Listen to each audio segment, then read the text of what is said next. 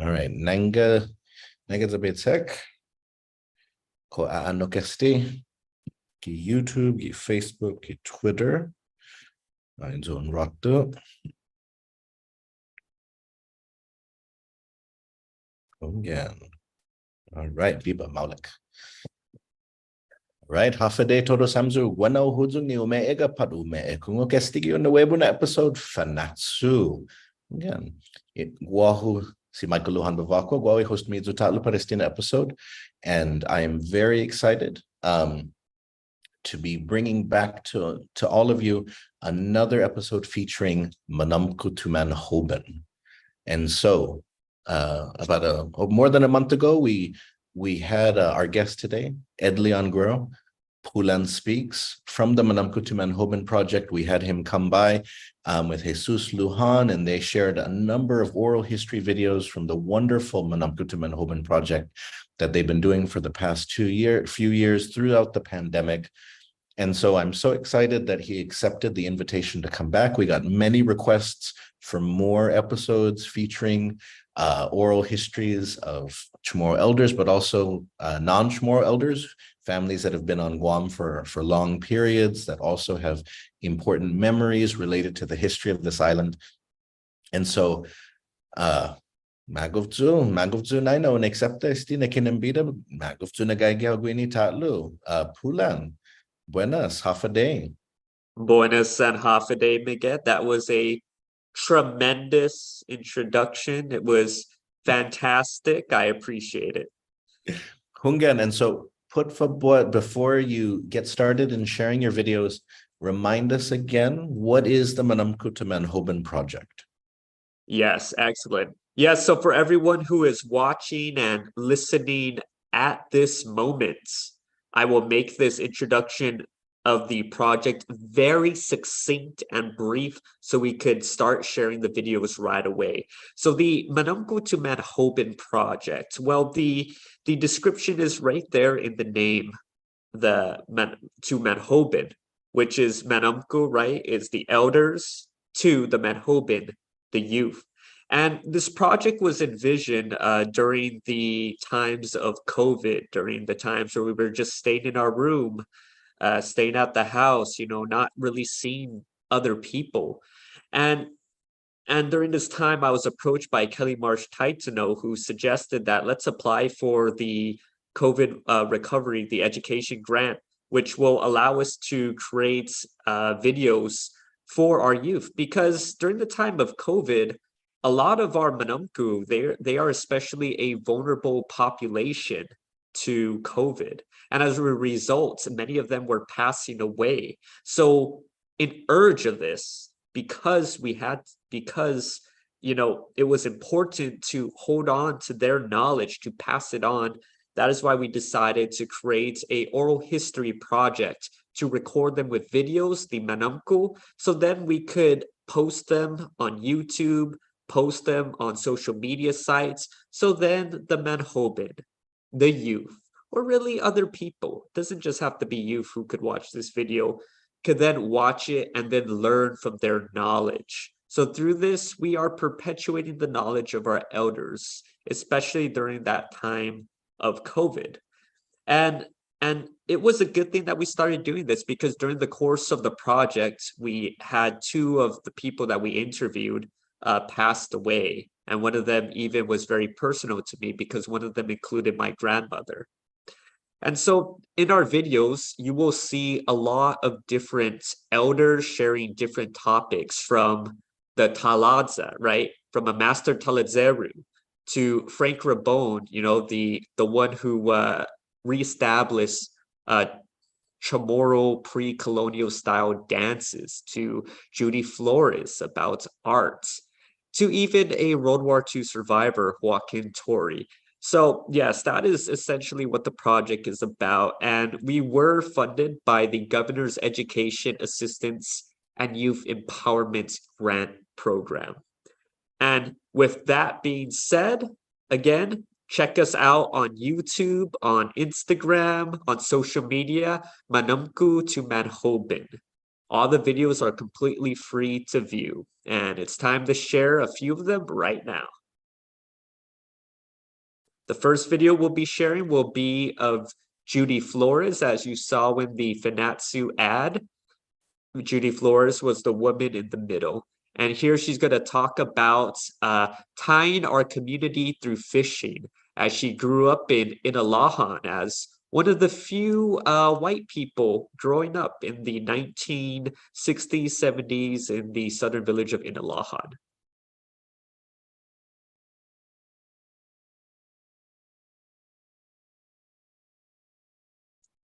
And that really brought the village together.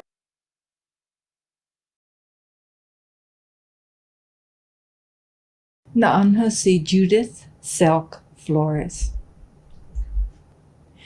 I arrived with my family, my parents and siblings in 1957, and we have lived here ever since.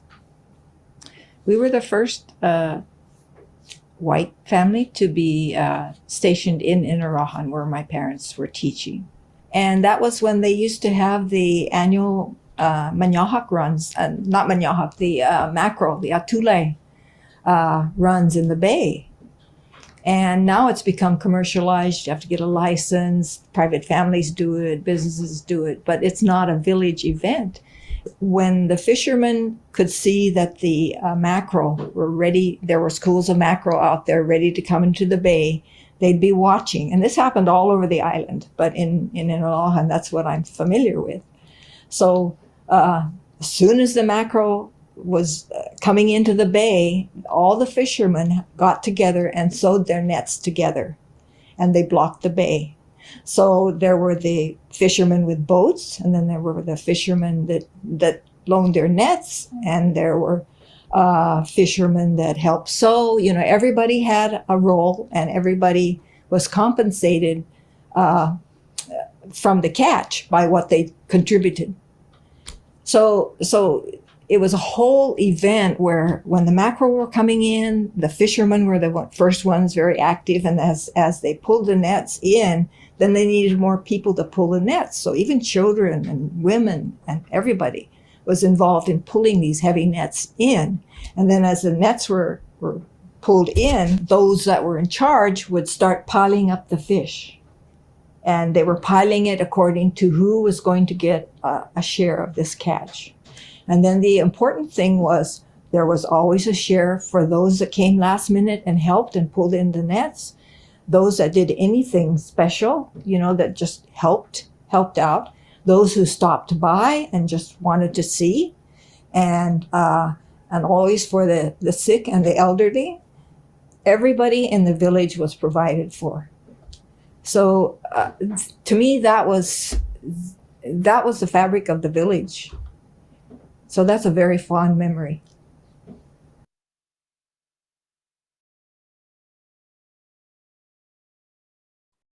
Biba. Ay, de bonito na historia now. Kungen, when often, you know, the ideas like Inafamaulik and Sensuli are thrown around in a lot of different ways. And most people today think of Sensuli primarily through money. Isalapion recibi, engin magraduha, ipadgon mo, engin matay, untatogi familia mo. But Sensuli, of course, as we know, was primarily about sharing labor, sharing food, and so on. And so it's good to document that, because nowadays, Sensulu fishing of that type or large-scale village communal fishing of that type doesn't really exist anymore. Even Sensulu fishing nowadays is done by smaller crews using boats and so on. And so it's important to document and to capture those types of stories. Absolutely. And that video was especially great too, because my grandmother, my grandfather, they grew up there. They're from Inalahan, Tatao Inalahan. So she actually knew my grandma. She called her Antiquita, and knew my grandpa. And when I met her, she was telling me stories about them that I didn't know. So that was also another bonus. And so then we will go next. We will go see a person named Juan Benavente. He is an older gentleman. He's in his mid-80s. He was a Vietnam War vet. And in this video, he sings a song of protest, Kotorata. And this was unplanned. It was actually when we were done filming, and we were just talking, and then he just started singing this protest song, and we managed to capture it. And so here is Juan Benavente singing Kotorata.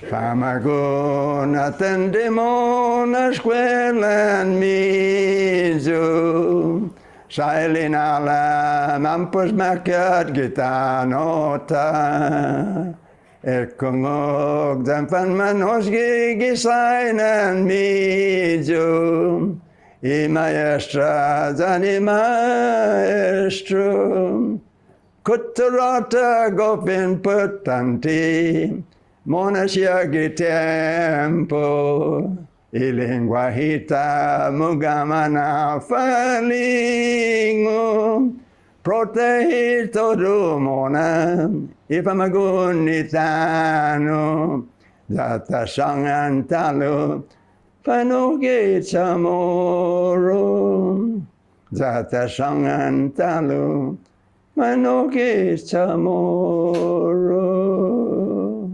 That's a protest song that was created in the 1990s during the Chamoru movement. That's a new song, not an old one. It's part of the, and basically for you, it is saying that children of the land, listen to your teachers and your elders, for life in the land is hard. Listen. And then it says, the Chamoru language is important. And not to forget it, to remember it, to practice it.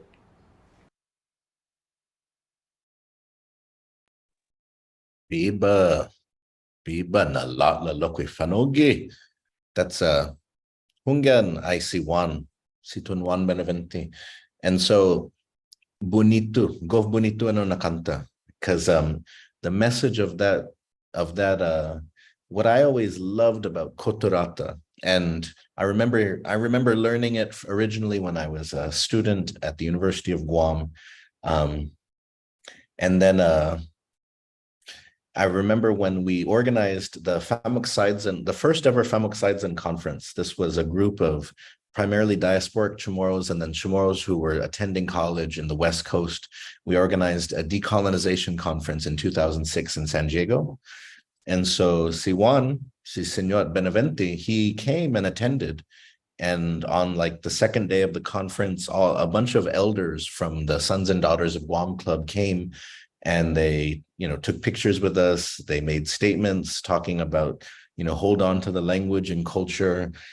And then at the end of it, si Tunwana, he was like, you guys know Kotorata? Hadzigwini, Tumungo Kotorata. Who here knows Kotorata? And most of the people, of course, didn't know the song Kotorata because a lot of them were in the diaspora. So didn't have a lot of, at least, probably they knew who Johnny Sablan was, they knew who Flora Bazaquan was, but they didn't know Remy and Jocelyn Tovas necessarily, who recorded that song. And so he then led everybody singing Kotorata, and I was one of the few people who knew the words to the song at that point.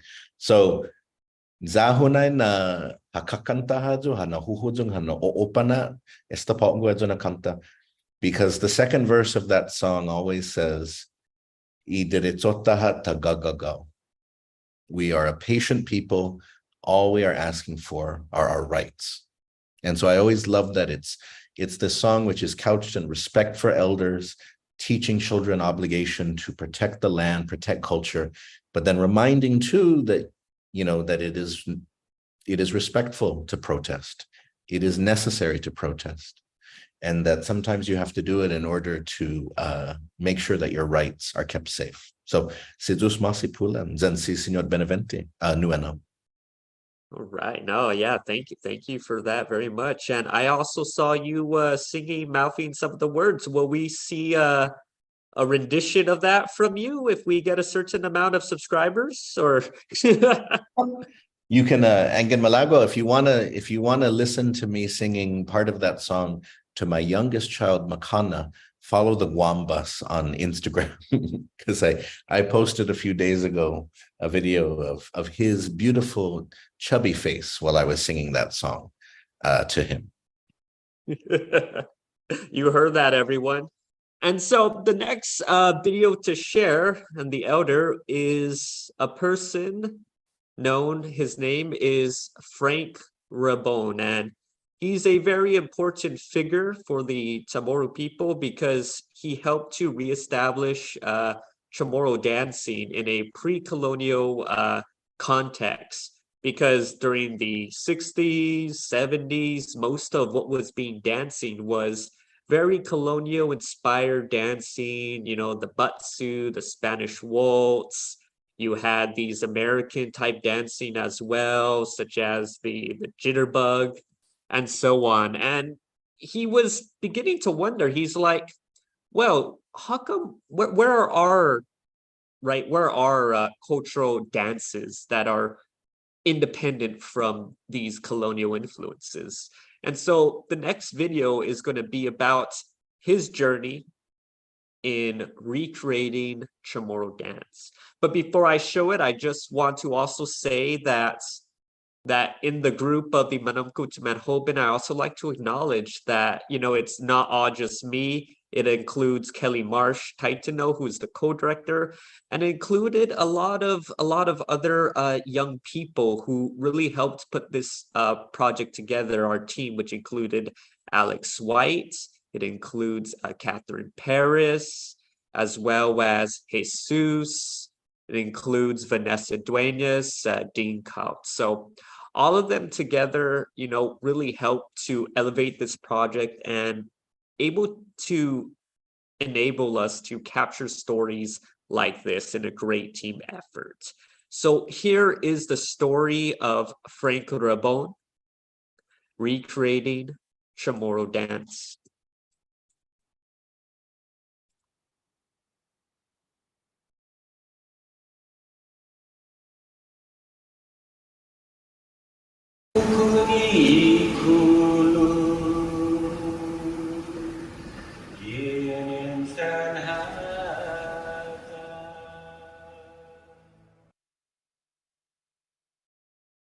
Buenas para todos, hamdu ni Man'e kuzungeno. Guau si Frank Rabon, Francisco Binaventi Rabon.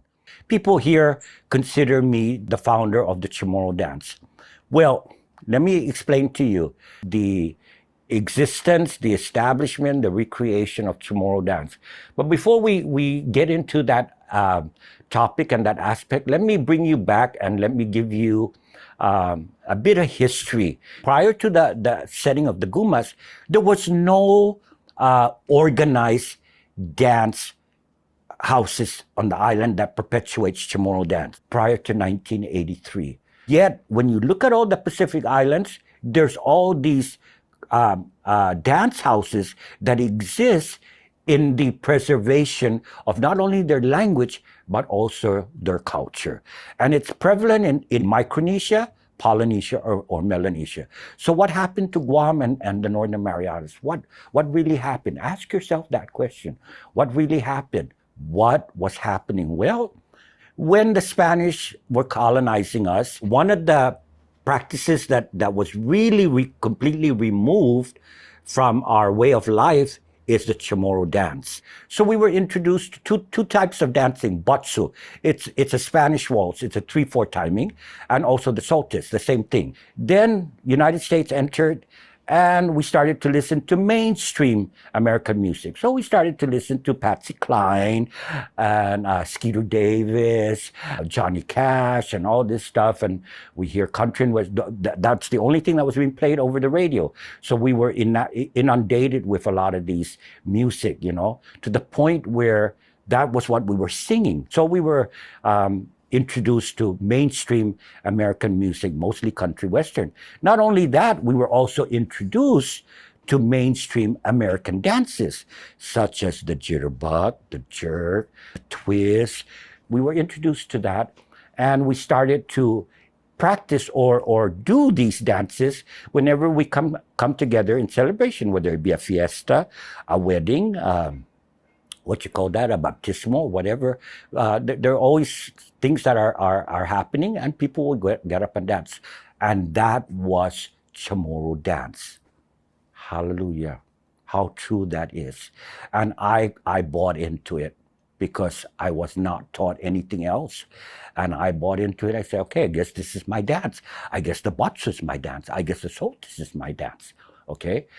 So now there's dances. Mind you, it did not mean that we didn't have dances. It did not mean that our people never danced prior to the colonization. It did not mean that our people did not celebrate. Hopefully you guys would understand that we did celebrate, and that the cha-cha and the jitterbug and the batsu and the twist, it's borrowed dances that were brought in by our colonizers, and we took them and adapted them into our way of life. Lo and behold, 1970, tourism began. Hotels started to appear in Tumon. The first group of hotels that stood up was the Guam Tokyo Hotel. It doesn't exist now. The Guam Taichi Hotel, which is now called the Fiesta Hotel. There's Guam Fujita Hotel. And then eventually Guam Reef and Hilton Hotel followed suit shortly after. That began the tourism industry. And when the tourism industry began, here we go again. Not only did we deal with colonization, but now we deal with misrepresentation. All those hotels that existed in Tumon were owned by Japanese. Japan had already a good influence or interaction with Hawaii. And lo and behold, what did the Japanese owners wanted to do with their hotel? Let's sell Guam as a mini Waikiki. Why don't we build a hotel, bring in the dancers from Honolulu, and tell the Japanese market that, hey, travel to Guam. It's cheaper. You're going to get the same things that you're going to see when you go to Waikiki. It's just cheaper and shorter. It only takes you 3 hours to get from Japan to Guam, whereas it's going to take you about maybe 7-8 hours to get from Japan to Hawaii. And it probably only costs you $300 to get to Guam. It may cost you about $1,000 to get to Japan. You know, you do the math. Well, yeah, lo and behold, boom. Here comes a Hawaiian group straight out of Honolulu, na Mele o Kaleo, owned by Tetu and his wife, Carol. And they were just fresh out of Honolulu circuit, and they were brought in, and they were performing at Guam Daiichi Hotel as well as Guam Tokyo Hotel. And they were doing nightly show. Well, 1971, I was a senior. And as a senior at JFK, I had enough credits to where all I needed to do was go half day. That means go in the morning and then I could work in the afternoon. I took advantage of that and I went and applied at Daiichi Hotel. And I became a front desk clerk. So I was part-timing at Daiichi Hotel. And, you know, I would go down there after school, and then I would hear these drum beats and this chanting and this fanfare. And I'm saying, oh my God, what is that? That is very different. That doesn't sound like mainstream American music, you know. So one night I snuck in to see what it was, and I saw this Namelio Kaleo performing. Polynesian, they did Tahitian, they did Samoan, they did Maori, they did Hawaiian, they did the Kahiko and Awana, and I said, oh my God, it was so beautiful. And I asked myself, how come we never saw any of like that? How come we never grew up with those kind of things? How come we're busy doing the cha-cha and the batsu and the twist? that's when I started to think something's wrong with this picture. Well, it just so happened that one person from that group, that was 1971, decided at the end of her contract, decided to stay back on Guam. And when she stayed back on Guam, that person is Janelle Kaava. She's from Nanakuli in Hawaii. She opened up a studio in To'otu, and we were her first students. She went around and she was asking, and it just so happened that there were several of us that was interested. We found it very interesting. So we started taking classes, and her intention was, there's more hotels that are going to be built, and I intend to be around to make a bid so I can bring a group in. So rather than bringing dancers from Hawaii and Tahiti, I'm going to train Chamoru people, train them how to dance Hawaiian and Tahitian, Maori and all that stuff, and then I'm going to bring them up, And that was her intention. So we learned, and sometimes we did shows outside, here and there. Not a lot, but just we learned a lot. And I enjoyed it because it was something very different. It was something just not cha-cha, not twist, not jerk. It was like telling a story, okay? So lo and behold, we became her students, and then all of a sudden, Hilton opened up. Hilton Hotel, and she put a bid in, and she was able to be awarded the contract. At that time, it was called the Micronesian Ballroom. That was the only aspect of Hilton. Right now, Hilton has 2 extensions, left and right. But the main lobby, Micronesian Ballroom, used to be right there. The minute you enter the main lobby, turn right, and the doors there. So we basically began the contract there in 1972. While we were on the contract, Janelle was kind of, curious. So because we were all Chamorros, I happened to be, she kind of considered me the more intellectual out of the rest of us, right? So she came to me and said, Frank, what do you Chamorros do? What is your dance? I said, the only thing that I know, Janelle, is the botsu and the sotis and twist and the cha-cha and the jerk. And she looked at me kind of cockeyed and she said, that's not Chamorro dance. Those are from the mainland and other places. I go, well, that's what I learned. That's what I grew up with. He goes, oh, no. I'm pretty sure your people chanted. I'm pretty sure your people celebrated. I'm pretty sure your people danced. And I said, well, I don't know, Janelle. I'm sorry. We were never taught that. Not even from home, She goes, well, Frank, something's wrong here. So she got me to teach her the batsu and the Mina'Huas and the Palito. And because she was on Guam, she wanted to honor the place that she was. So we incorporated those 3 aspects into our Uilani or Polynesian show. That was the title of our contract at Hilton Hotel. That was 1972. And basically that, when she mentioned that to me, and after seeing the Daiichi Hotel show in 1971, it started something in my mind and started something very deep. And from that point on, it was like, okay, something's wrong here. There's a lot of missing pieces in this puzzle. And this missing piece, I need to find. I need to go and look for. So aside from my upbringing, my cultural upbringing and my language upbringing, okay, I continued to maintain that aspect in my life, but I wanted to know what happened before my 2 grandmothers were born. What happened before 1900? What happened before 1899 when the other one was born? I said, is that it? Did saboteurs bring us in? Whatever. Well, I started to question because, like I said, the whole time I was in high school, we were never introduced to anything about Gada or Taga or anything like that, or even the Laddie Stones. So I was oblivious. I was not knowledgeable about our history, about our people. 1983 has come around, and I took the time to formulate Guma Tautotano, 1983. And the reason why I wanted to formulate Guma Tautotano was for three purposes. I wanted to reestablish the Chamorro dance. I wanted to infiltrate the hotel industry and dispel the misrepresentation that was happening in the hotel industry. And at the same time, kind of empower our Chamorro people, the existence, the awareness that we existed prior to the military in the U.S. in 1898, prior to Salvatoris in 1668, and prior to Magellan in 1521. And then in 1984, I met Carlos Taitano, and this was because they were preparing for the Festival of Pacific Arts in New Caledonia. And he introduced me to Guaho Tautotano. That was a play that was written by Robert Underwood and himself, and they cooperated and they did some. So when he found out that I had this group and they were already dancers, and for me to come and assist them in choreographing some of the things, so I was brought in. Well, eventually that did not happen in 1984 because of civil unrest.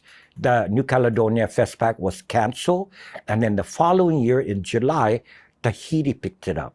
So the 1984 Festival of Pacific Arts eventually went to Tahiti. So right after the introduction to Carlos Taitano, I started to wean the Polynesian, and I started to incorporate the dances that I started to create and choreograph and add drum beats to it. I improvised. I started out with breadfruit leaves, covering the women, both the top and bottom, because the breadfruit tree grows abundantly on our island. I tried to use resources that basically was found on our island. I didn't want to use something that grew in Australia but never grows on Guam. So I started out with breadfruit leaves. I put the boys in the loincloth, the sadi, and that was our ancient. Of course, whenever I do the Spanish and the contemporary, I use the mestiza because that was the clothing then, and then the modern contact. And eventually, it stood on its own. And lo and behold, in 1987, Pacific Star Hotel opened up, and they wanted 100% Chamorro show. And boom, there we were. We were contracted at the Pacific Star Hotel in 1987. And it was we were with Jesse Baez and Ruby, and we did Chamorro culture. And of course, we augmented with the fire knife, which was something that they wanted, that the owners wanted to see. So that was incorporated, but everything else was the Chamorro culture. And it was a very well-attended show by the tourism industry. And we ended up having to do double shows at night, and we were there 7 nights a week. So it was a good run for a lot of the dancers. It allowed the dancers, the ones that were getting older, the ones that I had that were 15, 16, and eventually getting older, they found income being contracted at Pacific Star. And then they move on. And so the other ones, the up and coming ones, would eventually come in and replace. And it continued. It continued, and we continued with the hotels. We've danced professionally at Hyatt Regency, at Okura Hotel, Hilton Hotel, Guam Reef. Yeah, so, those are some, and then we've also done contracts at Gifpagu when it first was set up. So that's the life of Guma Tautotano. Most people think that I'm authenticating Chamorro dance as it was prior to Magellan landing or even Salvatoris landing. So no, I'm not here to authenticate Chamorro dance, or what you guys call prior to colonization. I'm here to create an awareness that we existed prior to colonization, and we did celebrate, and we did chant, and we did dance, and we did enjoy our way of life prior to the Western contact. But within Guma Tautotano itself, it wasn't all about dancing, because I a lot of times I would have them interact with the elders. In the beginning of Guma Tautotano, there was 14 elders that were very strong in the Kanta Samarita. And I wanted the members to be exposed to that traditional practice.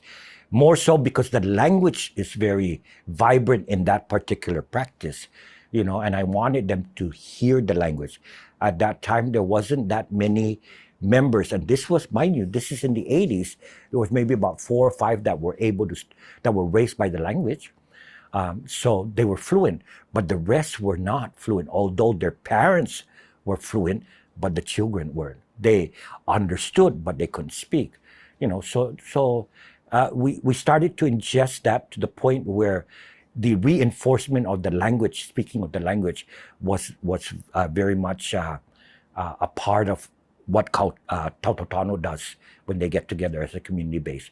So all those things, I introduced them to weaving, to types of weaving, even to carving pieces, and the traditional practices that the elders have. So they were not just dancers. They were exposed to other aspects of the Chamorro. So we were basically covering the holistic aspect of who we are as Chamorro people, our language and our culture. So now I'm at the point now that I've devoted 37 years now, from 1983. Come to 2023, it will be 40 years since I've embarked in this journey. And I tell you, the first 15 years of this journey, the criticism that even my own people gave to me was not very pleasant. And thank God that I had the strength. The sesu manoju hulu sa afanaguju si tatao no, and behano gialum tao no be ekong siya I Manaynata. Thank God I had that courage, and I would go into the jungles and visit our ancestral grounds and commune with our ancestors, because they were the ones who gave me the courage to continue. They're the ones who say, don't give up. And then aside from that, the leaders of other islands as well as countries, like the New Zealand leader, the Austronesian leaders, they kept encouraging me, don't give up. Because, when we first participated in the Festival of Pacific Arts in 1988, when I first brought Tautotano, a lot of the Pacific Islanders didn't even quite understand what Guam was. When we landed in Australia and we got off the plane, there was a lot of us that were dark-skinned. And the first thing we were greeted was, we didn't know that there were dark-skinned people in Guam. We thought it was just a military base. That was one misconception that kind of blew my mind when I stepped off that plane. And I came back and I said, wow, the world knows very little of who we are. And what they do know is that we have plenty power outages and a lot of snakes that are climbing the poles and killing the power. Okay, that was the biggest thing that everybody knows about us. Okay, now things are changing. And it took me to attend FESPAC in 1988, lead a Guam delegation, the first performance that we did that showcased the indigenous culture of the Chamorro people. And the Pacific Islanders were amazed to finally see something that they can relate to, instead of listening to mainstream American music and watching ballet, because that was what was brought down in 1972. So, moving forward, I've been to, including Guam, I've been to 8 Festival of Pacific Arts. And the most rewarding thing that I received was in Western Samoa in 1996, when we came there and we opened up with our chanting and our ancient dances. And then the islanders came to me and goes, the Chamorros have finally arrived. When I heard that comment coming from the leaders of several of the Pacific Islands, I felt that wow, so my work that I've been doing is not in vain. Even if I'm not so much accepted on my island, but at least outside of the island, people were recognizing the fact that I was doing something that was relevant in the preservation of the Chamorro language and culture.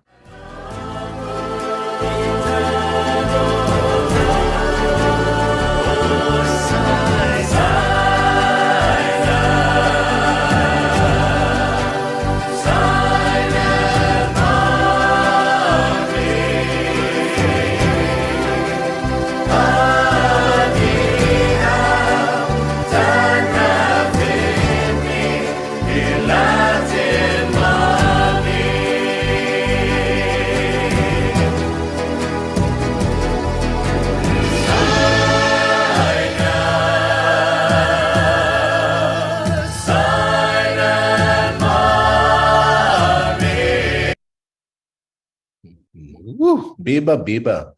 Hunget, that right there is a beautiful oral history, sort of just Cliff's Notes, just for so much of that was condensed, sort of a lot of sometimes complicated cultural politics, sort of things that Chamorros have grappled with in terms of their identity, continue to grapple with up until today.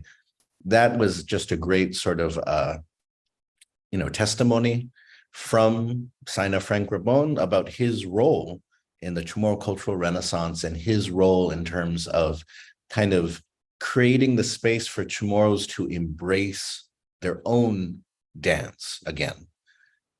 And so it's amazing to put it all in that sort of continuous testimony, because a lot of times you get it in little pieces here and there, but sort of just him talking about it, because Pulan, you're familiar with this. A lot of times the Chamorro dance, not so much today, but in the past it was treated as inauthentic because it wasn't something that was documented in the form in which Pa'atal Totano did it prior to colonization, but also sort of the inspiration that Frank Rabon took from other cultures.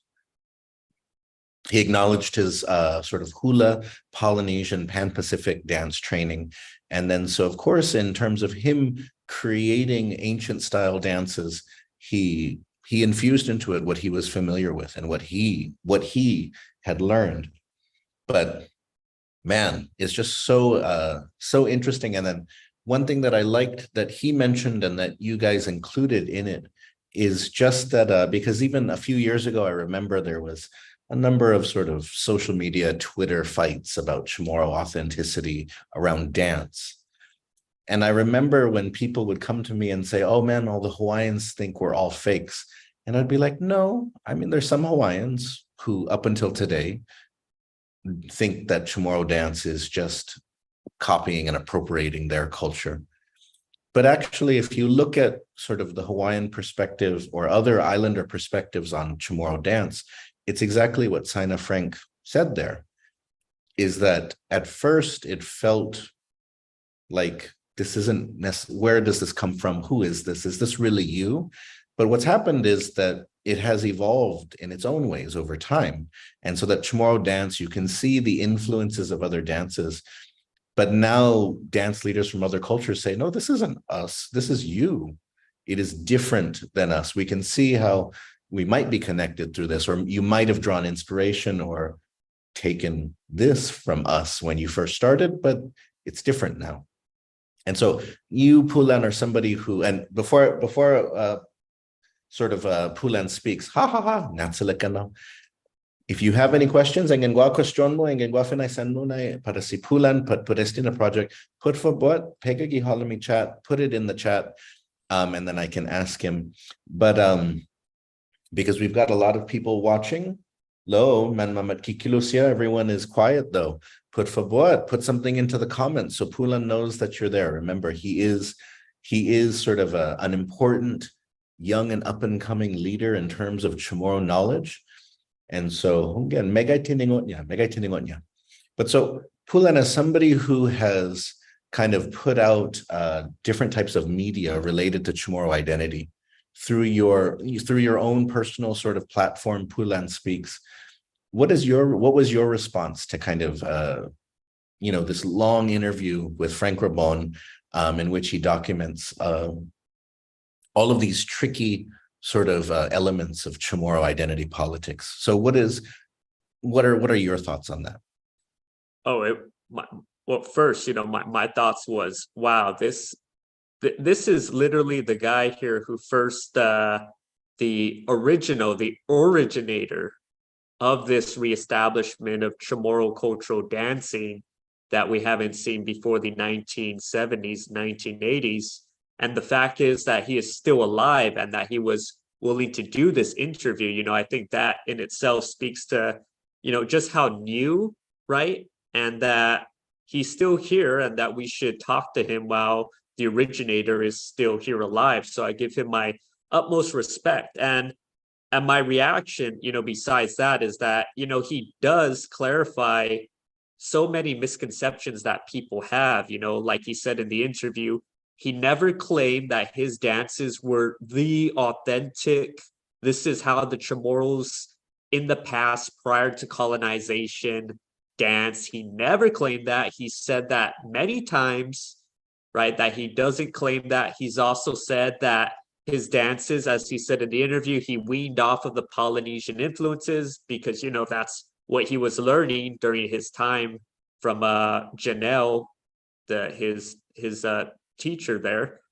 and that his dances were evolving and started to incorporate everyday Chamorro life. It's not a rejection as some people think of the Spanish heritage. It's just an inclusion of a pre-colonial heritage. As he said, they wear mestizas and they absolutely dance Spanish style batsu, at all these dances as well. So as he said, it provides a holistic view. So my reaction is that this is what he's been saying. The misconceptions that people have, it's because they're not listening to what he's saying, because his answers they're very logical. It makes perfect sense.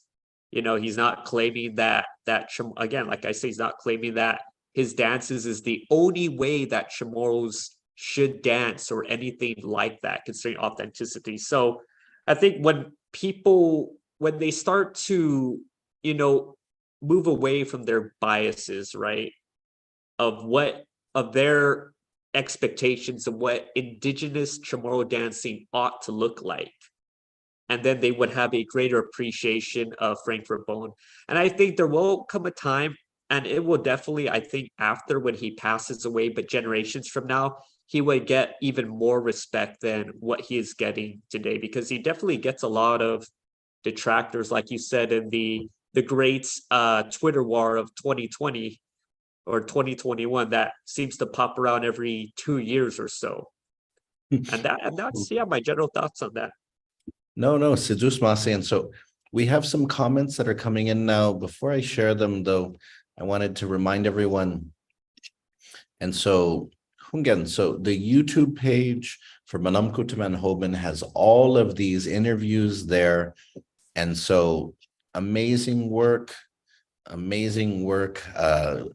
of these are broken down into pieces, into shorter segments, but they do have playlists which combine sort of all of them together. So as you can just see here, Emily Sablan, who worked at Litexan as a park ranger for many years, David Lujan Sablan, Mataga, who passed away earlier this year, an activist and an artist, Master Zoamti Mamachai, Rosalia Ferreira Mateo, and then Anthony Guerrero, who along with his father were recognized as masters of the Taladza net making. And there's more beyond that. There's more beyond that here. And so if you aren't subscribed already to the YouTube page, Put for Butt, check it out. It's a fantastic resource. I usually try to share like a video with my language students in their WhatsApp chats every week or so, just because there's so much good content in there. And so let me share some of the comments that have come in. And so Janelle Kinata says, my children dance and I was just at PIFA San Diego. There is something very different about ours compared to other dances. It is holistic, and I'm so grateful that my children have an opportunity to learn the language and history incorporated in the dances. And Hungan, that's one of the things, one of my underlying points when people tell me, these aren't our real dances. I say, our people should be allowed to dance, and they should be allowed to own dances again. Because for centuries, Chamorros felt like you had to do everybody else's dances and you couldn't make your own. It is beautiful to think that in my lifetime, in the lifetime of Frank Rabon, we have gone to the point where Chamorros feel free again to make dances, to express themselves, to express their connections to their ancient ancestors. And Joe Cruz Camacho, Hafade, Joe says, regardless of where we are, our Chamorro culture and dance brings us together. She says that I loved listening to Sina Rabon teach and give us his knowledge about our culture history. I appreciate it. Oh, and Lanisha Wolford just says, hi, Pulan. Hi, Pulan. Oh, wait. Oh, hold on. She has a question for you. She says, what advice can you give those who are trying to document and archive their very own family histories? In my experience, a lot of it is controversial and conversational and in the moment. So how could we record our Manåmko casually?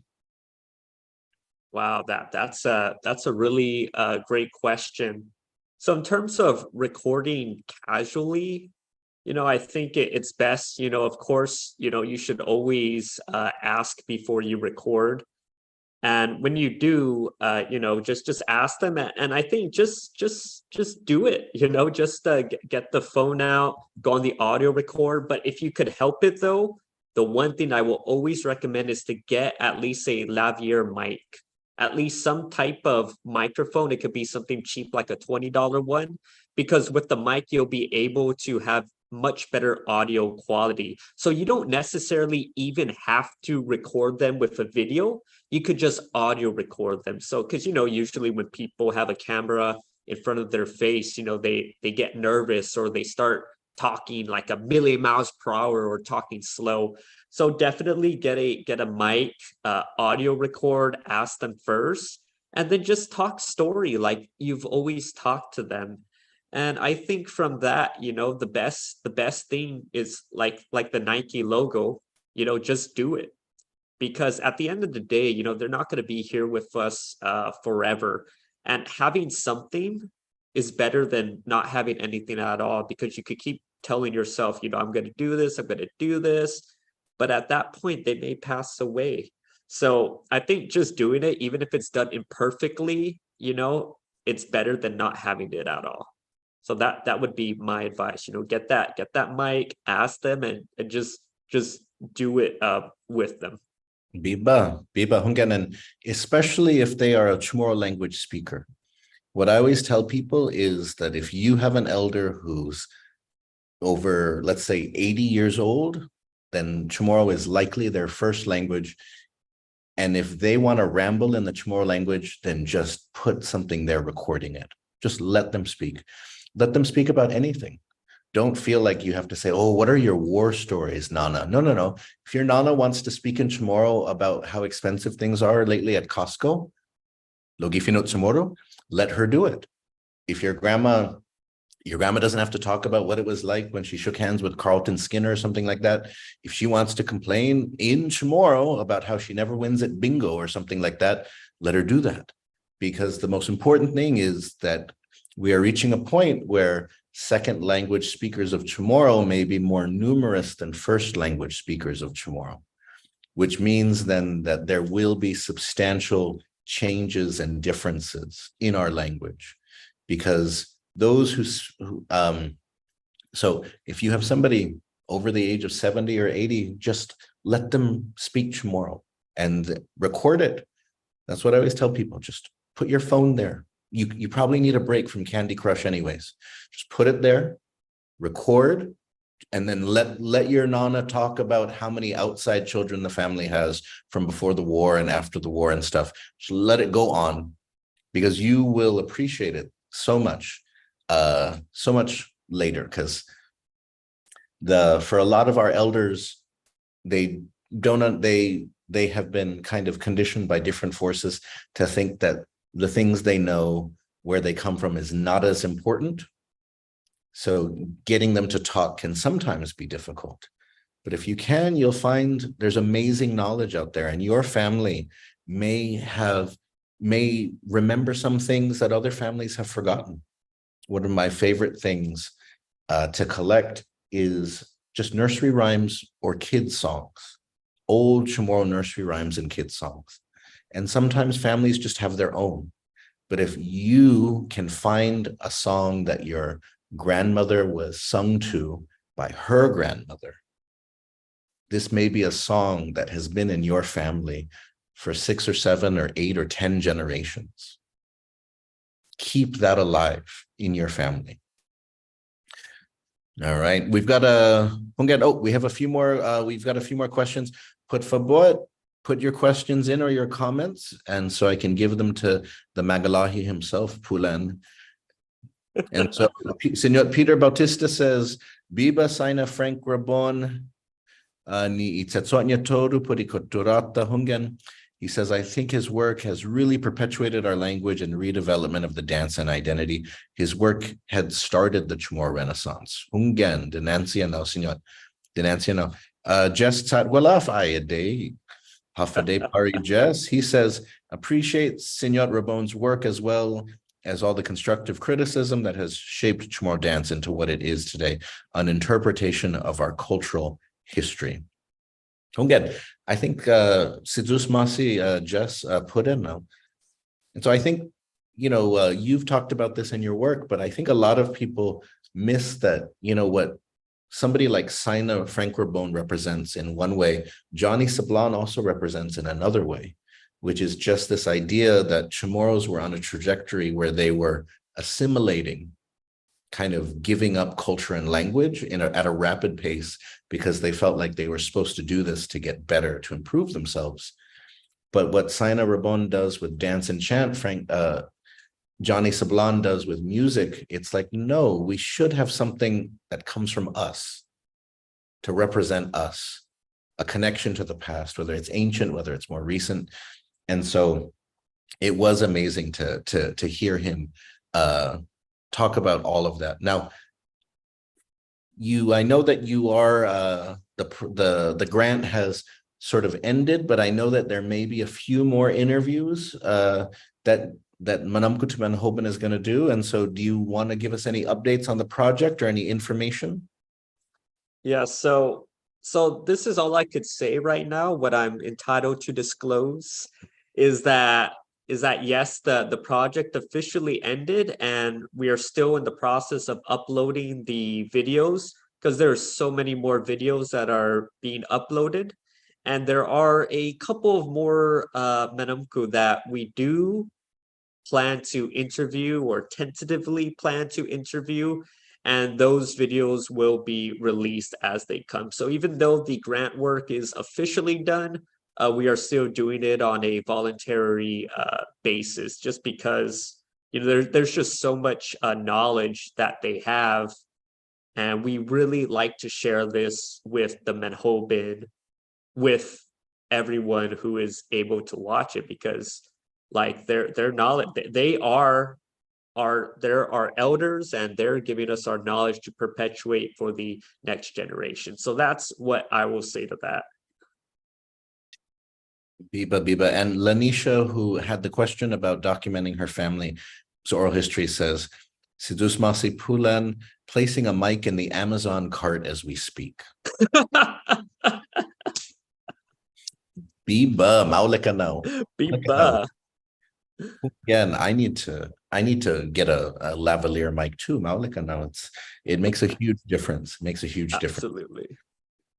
And so, any final thoughts that you would like to share? Any final wisdom that has come out from this project that you would like to impart? Or, Engan Malagwa, if you'd like to, you can also talk about your own Pulan Speaks. Oh, that's Inyon mention na now. well, you support the Zugi Patreon to Zugi Patreon put for what? I'll say this, which is again, none of these Manåmko, of course, they're not infallible. They're not immune to being wrong. They're not immune to being critiqued. But I think we should still appreciate them while they're still around, because they're not going to be around, in the next 2 or 3 decades. And so let's just appreciate our elders while we still can. We don't have to believe every single word as gospel, but we could still appreciate the work that they've done and impart those nuggets of wisdom to the next generation.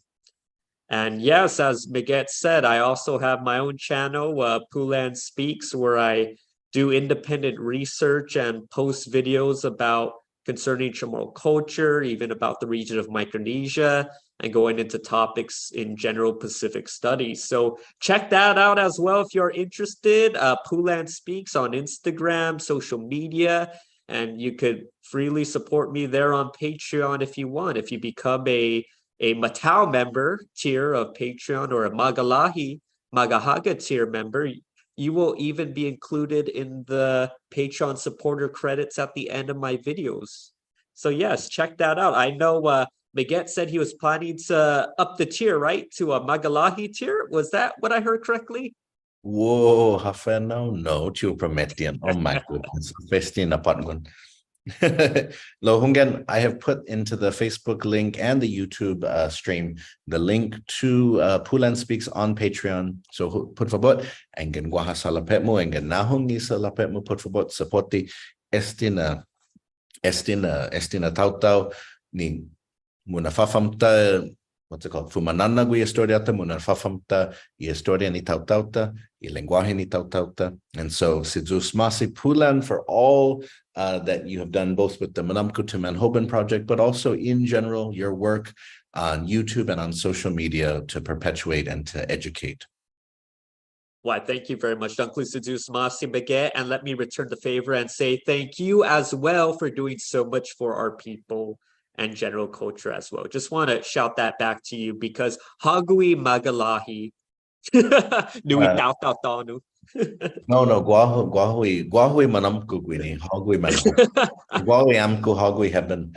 But Sidzus Masi Pulan za Sidzus Masi no Hamzu todos ni meega paru me ekungo kesti I fanakpo este episode fanatsu. Adios. Este ki otribirada.